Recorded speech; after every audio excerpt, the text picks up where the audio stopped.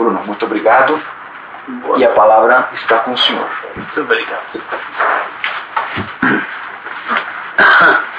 Estendo bem-vindo a todos e peço desculpas se de mais nada.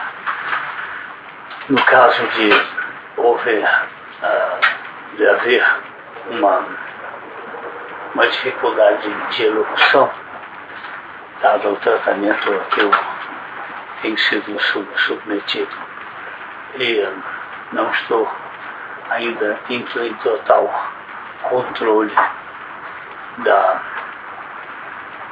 das minhas faculdades pensantes e de expressão.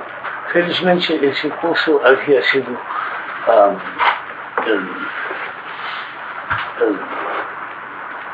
esboçado,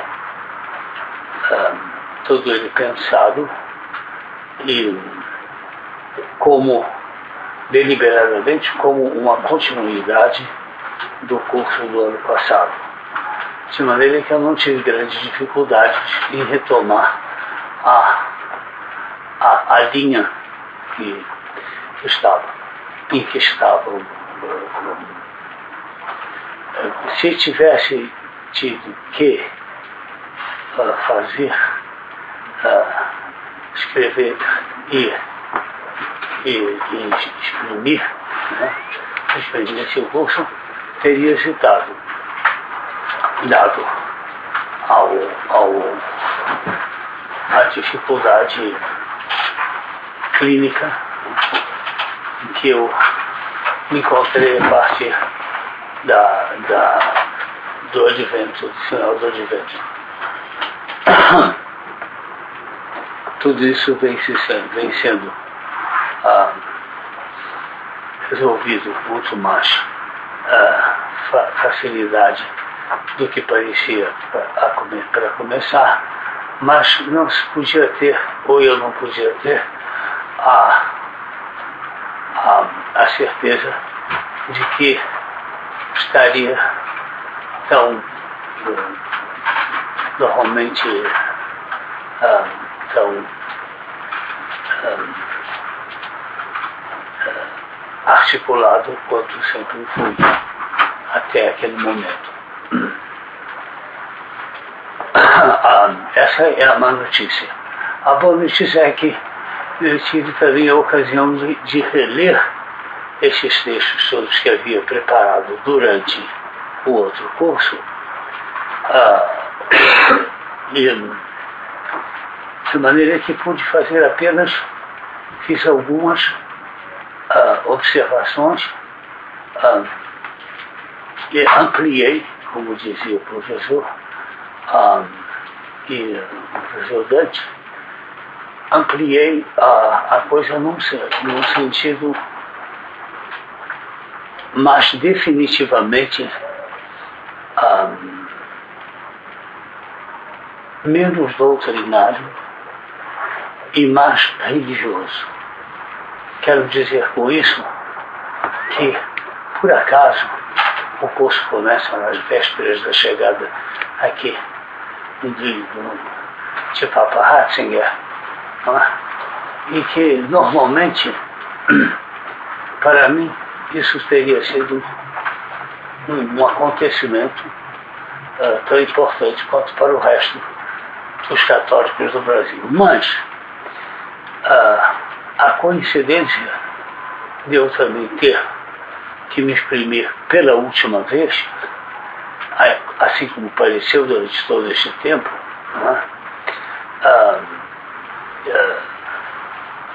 não me passou despercebido. Então, eu, ao reler os textos que havia feito, acompanhei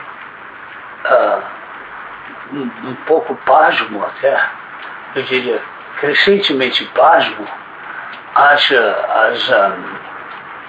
as observações e os pronunciamentos do Santo Padre. Então, quando eu digo menos doutrinário e mais religioso,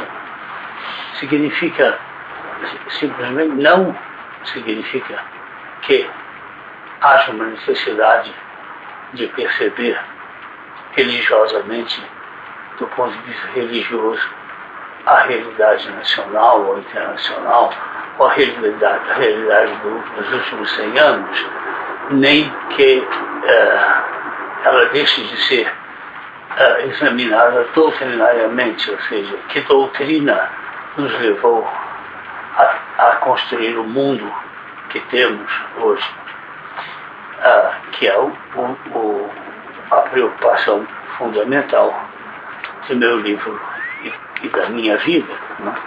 O mundo como ideia. Eu quero dizer com isso, pura e simplesmente, que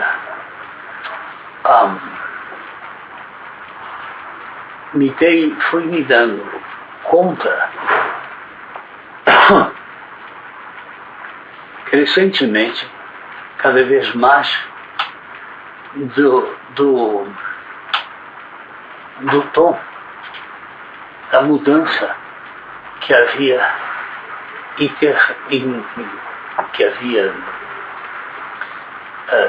tido lugar do fim do último pontificado para esse, né?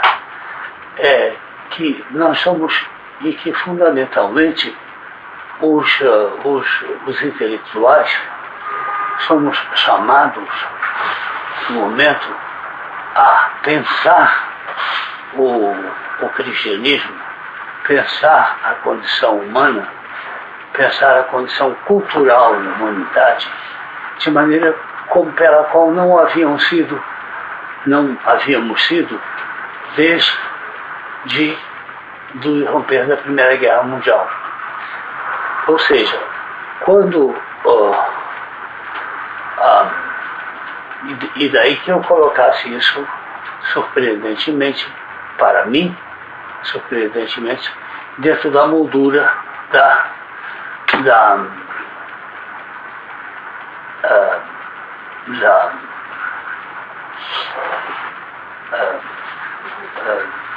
encíclica de Papa Pio X,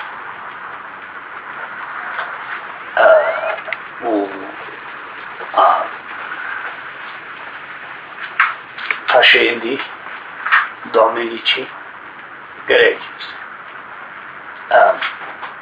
apresentando o rebanho de Deus. Não, sempre foi a moldura seria por aí, começaríamos por aí, não é? E concluiríamos, por assim dizer, provisoriamente, concluímos com a reedição muito bem feita, muito bem pensada e muito surpreendente, né? Agora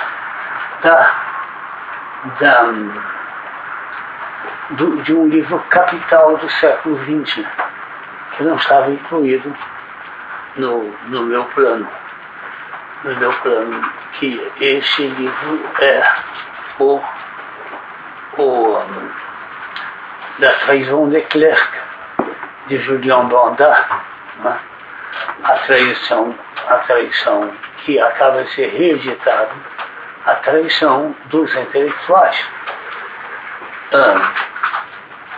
Nós vivemos todo este século XX, e essa proposição que eu vou fazer aqui e que nós vamos acompanhar, sem nos afastarmos necessariamente do plano aqui, do plano anunciado, porque vamos estar vendo todas essas coisas, todos esses aspectos, né? Sobretudo se pudermos utilizar também o segundo trimestre, né? O segundo semestre. Mas isso, sem prejuízo disso, nós vamos a proposição que eu faço a partir de então é complementar aquela do ano passado, e que dizia, que nos perguntava qual era a visão de Ocidente que nós tínhamos tido no Brasil.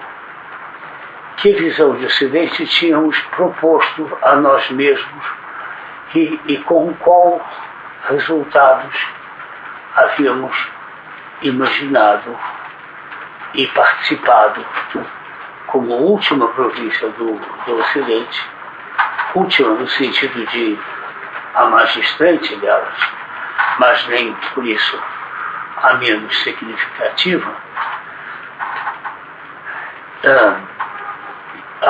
Completando isto, o que se passava no mundo não importava muito, não me importou muito durante isto, durante as palestras do ano passado, não foi uma prioridade, porquanto nós íamos ter que ver pessoalmente de Machado de Assis até os dias de hoje, como o pensamento brasileiro se havia desenvolvido, e o pensamento estritamente, especificamente brasileiro. Não é um pensamento importado no Brasil, enxertado no Brasil, não. Aquilo que nós produzimos de mais profundamente nacional, que não é aquilo que nunca é aquilo que parece, não é? E que nunca foi a anta, nem o saci, nem o aspecto folclórico das coisas, mas alguma coisa muito, muito profundo, não é? Que faz com que todo mundo perceba, não é? Aquilo que é a brasilidade. Não é? Em vez de estarmos a nos perguntar o que valemos, o que somos capazes de fazer, como os europeus o faziam, etc., nós simplesmente fizemos alguma coisa. E essa alguma coisa que nós fizemos não se confunde com aquilo que nós quisemos fazer. Isso parece paradoxal, mas não é tão paradoxal assim. Vejam, por exemplo, houve um momento que todos os brasileiros, todos, absolutamente todos, percebem exatamente, né, que é doce morrer no mar. Mas não será tão doce assim? E o que quer dizer isso? Mas houve um momento em que essa sensibilidade esteve presente em tudo. É doce morrer no mar. Quem não sabe disso? E assim como um pouco antes havia aqueles que lembravam-se mais bem da casinha pequenina onde nosso amor nasceu, que também é uma coisa que só nós temos. Não é melhor, não é superior, não é inferior, não é irrelevante para a nossa visão do Ocidente, mas é indispensável da nossa visão, do nosso modo de ser. Tinha um coqueiro do lado que, coitado, de saudade já morreu. Essa coisa extremamente nacional pode tomar e aí pode tomar todos os modos. Em nenhum momento será tão impressionante e tão tipicamente nacional quanto nas baquianas de Villa-Lobos, nos poemas de Manuel Bandeira, de Cecília Meirelles, como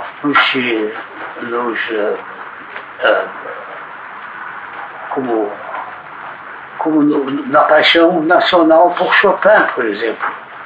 Não, os brasileiros não acham, em todos juntos, que o maior músico do século, o maior músico de todos os tempos, seja necessariamente Chopin e não Bach. Os brasileiros não têm nada a ver com isso. Eles reagem melhor ao fato de que nós estamos mais próximos disso. Bem, o que não dispensa ninguém de ser profundamente inteligente, porque quando o Brasil foi pensado pela primeira vez, ele foi pensado quando ele já havia sido sentido, não é? Nós já tínhamos sentido alguma coisa aqui. Esta tribo estranha já se havia sentido de algum modo, né? E penso assim que Machado de Assis, que é a expressão suprema da inteligência e da sensibilidade brasileira, quando ele precede de algum modo essa consciência brasileira, mas se torna também um dos maiores escritores de todos os tempos e um dos maiores romancistas de todos os tempos. E é como dizia Clarice Lispector, ela dizia, bem, se Machado foi possível, o Brasil é possível, porque não há nada mais impossível do que imaginar um negrinho não do pastoreio, que aí já virou, não, já estamos no folclore, não. Aqui é um criolinho mesmo, que descia lá do Morro do Livramento para vender os doces descalço, porque não tinha sapatos, para vender os doces que a madrasta fazia. Bem, se esse homem consegue ser o maior, indiscutivelmente o maior escritor, o maior pensador e certamente o maior romancista da América Latina, se ele consegue nos dar essa lição, é porque, evidentemente, aqui alguma coisa de profundamente nativo pode crescer, como a samambaia, e que a jabuticaba não é a única coisa que o Brasil dá, que não tem mais em nenhum outro lugar. A geração espontânea também. A geração espontânea porque eu faço notar que quando a América Latina, e vamos nos ater exclusivamente à América Latina aqui, que quando a América Latina produz seu grande escritor, que impressiona a Europa inteira, esse homem, o Jorge Luis Borges, né, nasce em 1899. Bom, ele nasce exatamente Machado em 1839. Então, Machado já precede a Borges de muitos séculos. Então, é possível pensar, não somos então o quê? Um aglomerado de macacos? Não? Bem, se somos os macacos muito precoces, porque conseguimos fazer uma coisa estranhíssima, de que só vamos ter a noção exata disso, começar a ter uma noção nos anos 30, em 1870, já com 100 anos, mais de 100 anos da independência, não é? E com alguma coisa como 125 anos, no sexto centenário da chegada aqui da corte de Dona Maria, né? Que foi como a minha família veio parar aqui. Pois muito bem. Por que é que os argentinos, que afinal de contas sempre tiveram por trás deles a extraordinária tradição de Cervantes, quanto mais não seja de Dom Quixote e tudo isso, demoraram tanto tempo para ter um Borges. E que nós, que não tínhamos nada, que tínhamos o quê? Que éramos descendentes de uma espécie de Albânia Atlântica, Portugal, não é? E que trouxemos uns elementos lá de Angola, misturamos com como foi que nós conseguimos preceder a esse homem na genialidade. Porque a genialidade de Machado de Assis é indiscutivelmente maior do que qualquer outra até aquele momento do século na América Latina. Ele é, inclusive, muito bom poeta, mas já no final escreveu assim uma dúzia e meia de poemas, de grandes poemas, mas não foi como um poeta que ele se distinguiu, foi como romancista. E todos os outros escreveram romances espetaculares. Né? Nós tivemos a escravizaura, nós tivemos tudo isso, como os americanos do Sul tinham lá a sua cabana do Brighton Mais, etc. Mas seu vento levou, mas o vento veio e levou mesmo. E o que ficou aqui foi de outra ordem. Foi de outra ordem. Foi um pensamento, um modo de ser. Voltamos à casinha pequenina e o coqueiro vigia do lado. Quer dizer, isso aqui precede a toda essa tradição. Toda essa tradição espanhola. Quer dizer, nós não saímos in the pole position. Quer dizer, mas eu não saio, eu não sei como vocês dizem, pole position. Não? Nós saímos bem atrás. Não? O argentino já sai lá na frente. Não? Porque eles têm um Cervantes por trás. Eles têm Luiz de León, eles têm Góngora, eles têm... O que é que nós temos? Temos Camões.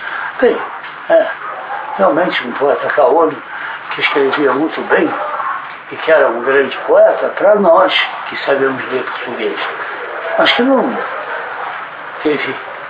não tem nenhum eco na Europa e que não é uma voz, estritamente falando, europeia. Não é? Até porque Portugal olha para esse mar, o rosto com que espia Portugal, né? E quando olha um pouquinho mais longe, olha para isso aqui. Nós temos, aí aparece o Brasil. Faz o que? Isto, esta confusão, essa coisa assim, inexplicável, mas está no páreo. Porque o maior romancista era um pretinho. Não era um branquinho maravilhoso. Não, toda minha tia Lúcia Miguel Pereira escreve a biografia de Machado de Assis nos anos 30, quando ela nos revela pura e simplesmente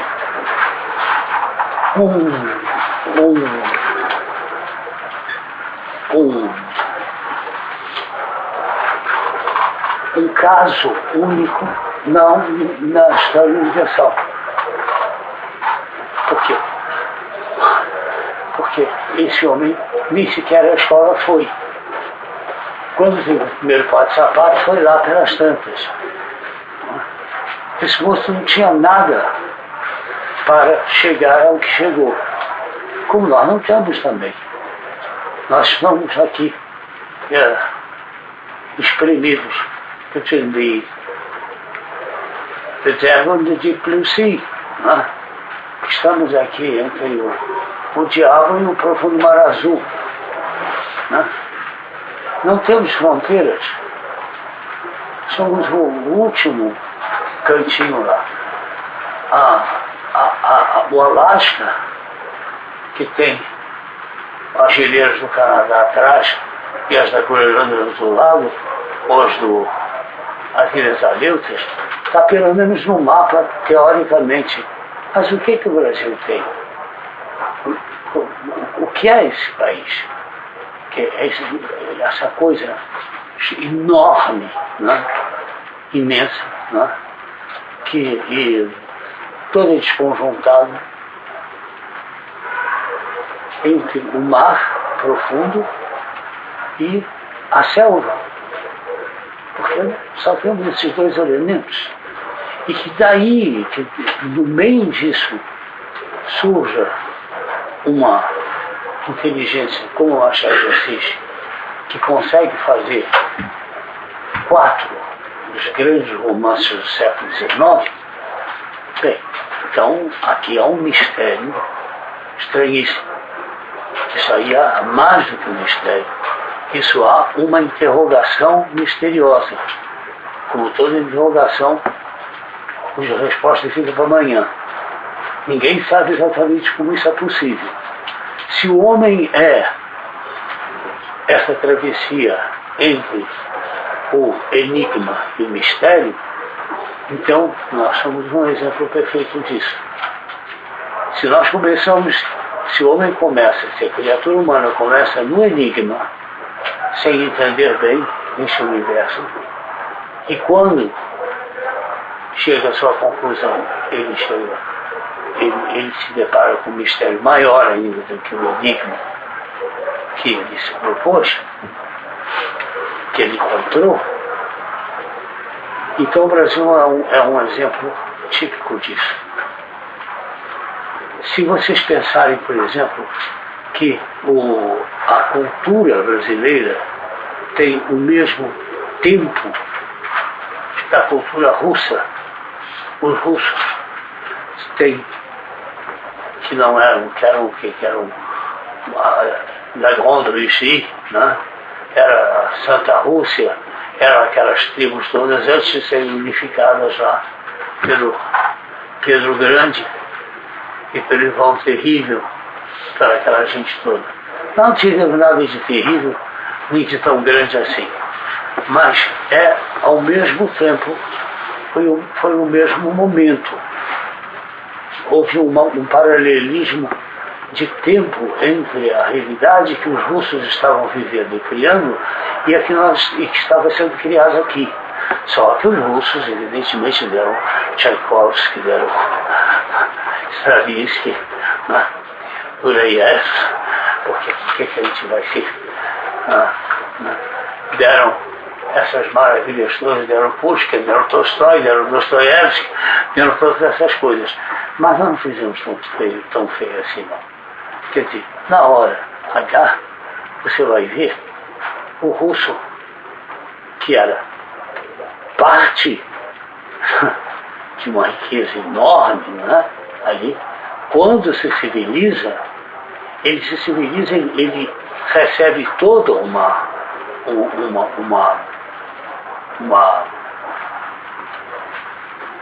religião pronta que veio da Grécia.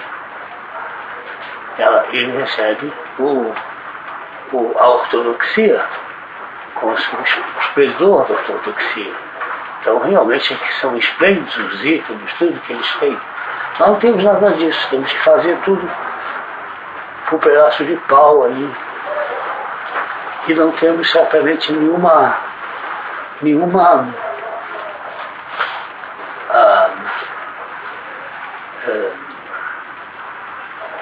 não temos São Basílio, não temos a igreja de São Basílio, não temos aquelas maravilhosas pontes, não temos militares, não temos nada do que eles vão ter. Nós temos aí, quando muito aqui, as igrejas de Ouro Preto, que aquelas que são muito modestas, feita por gente modesta, de maneira modesta, por uma vida modesta. Mas isso é paralelo. Nós temos ao mesmo tempo essas duas coisas. Era para termos sumido, era para não termos significação nenhuma. Era para que não existíssemos. Tia Lúcia Miguel Pereira, quando publica Machado de Assis, em 1964, naquele mesmo século, naquela mesma década, o doutor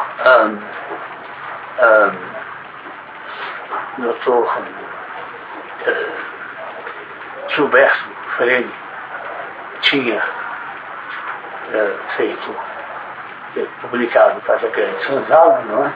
Concebido essa coisa, seria magnífico e único, certo?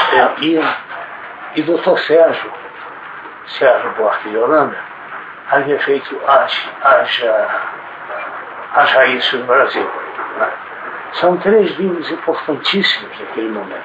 Eu sei que hoje em dia a esquerda procura nos dizer também que houve uma grande contribuição do Caio Prado, etc.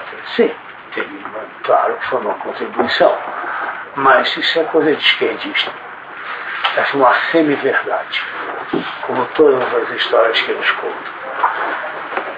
O que nós temos mesmo são esses 3 pontos de interrogação que nos perguntam o que somos, o que tivemos,